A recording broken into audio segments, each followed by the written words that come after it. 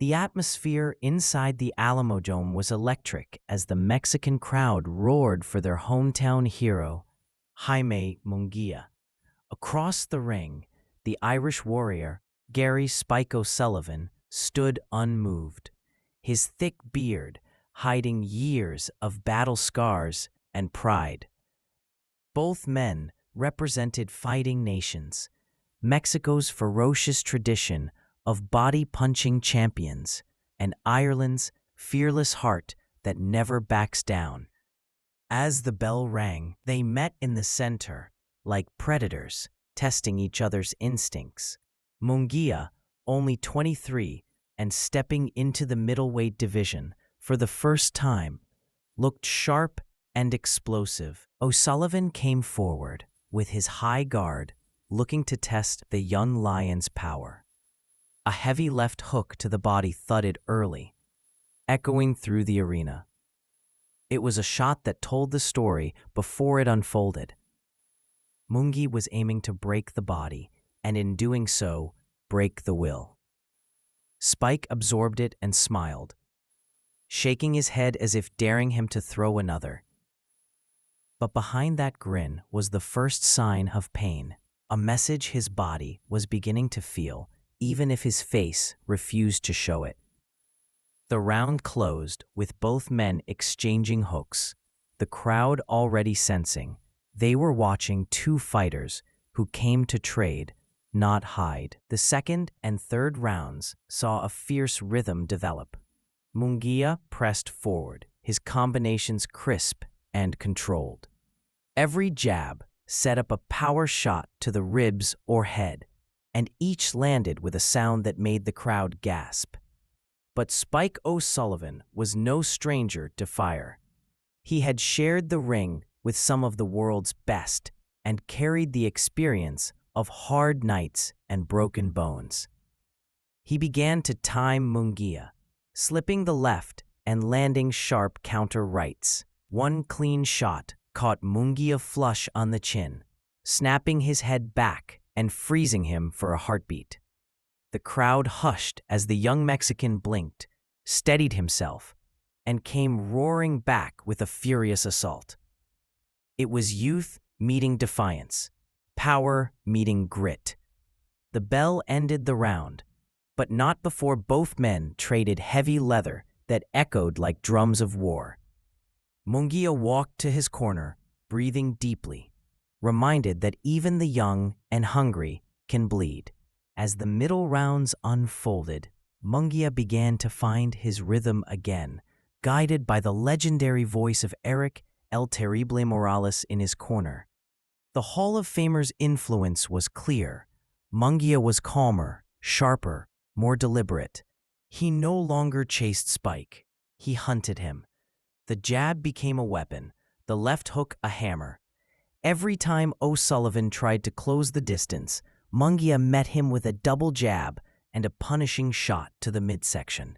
The Irishman's will was strong, but his body began to betray him. Still, he refused to fade.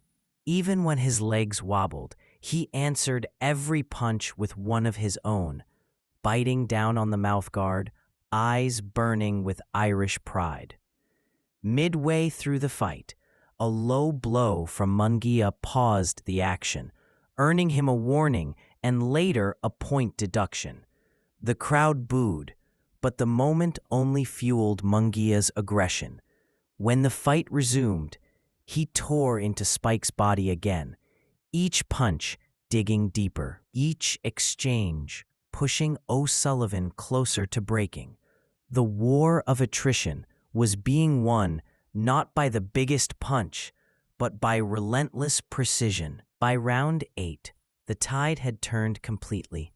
Munguía was now the conductor of the chaos, controlling range, pace, and rhythm. His jab flicked out like a piston.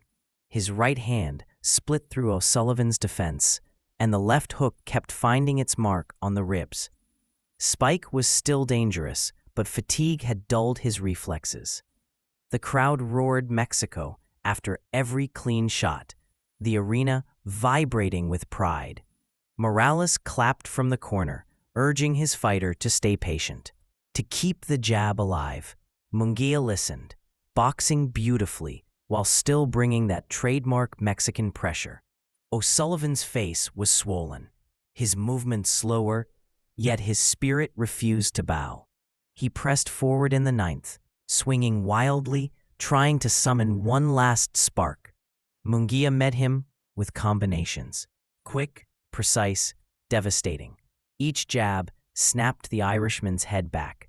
Still, Spike smiled through the pain, a defiant symbol of courage, even as the tide buried him beneath combinations of youth and... When the 11th round arrived, the story reached its breaking point. Munguia, calm and composed, at 2 minutes and 17 seconds of the 11th round, Jaime Munguía had made his statement. The young Mexican star had conquered his middleweight debut with power, poise, and precision. Across the ring, O'Sullivan sat on his stool, breathing heavy but proud, nodding in respect. There was no bitterness, only the shared understanding between two warriors who gave their all inside the ropes. The crowd chanted his name as the referee raised Munguia's hand high. Ladies and gentlemen, the winner by technical knockout and still undefeated, Jaime Munguía. The cheers grew louder, flags waving, horns echoing. Morales climbed into the ring, smiling like a proud teacher. Munguia embraced him, sweat-soaked and triumphant, knowing this night marked a new chapter. He had proven that his power carried up in weight, that his heart remained as fierce as ever, and that the lessons of patience and precision could forge greatness. For Spike O'Sullivan, it was another brave stand, another memory in a career defined by courage. But for Munguia, it was more. The rise of a new force at middleweight, a warrior ready for the world. The lights dimmed, but the echo of the fight lingered. The rhythm of gloves, the roar of the crowd, and the truth that champions aren't born under bright lights. They're built through battles like this one.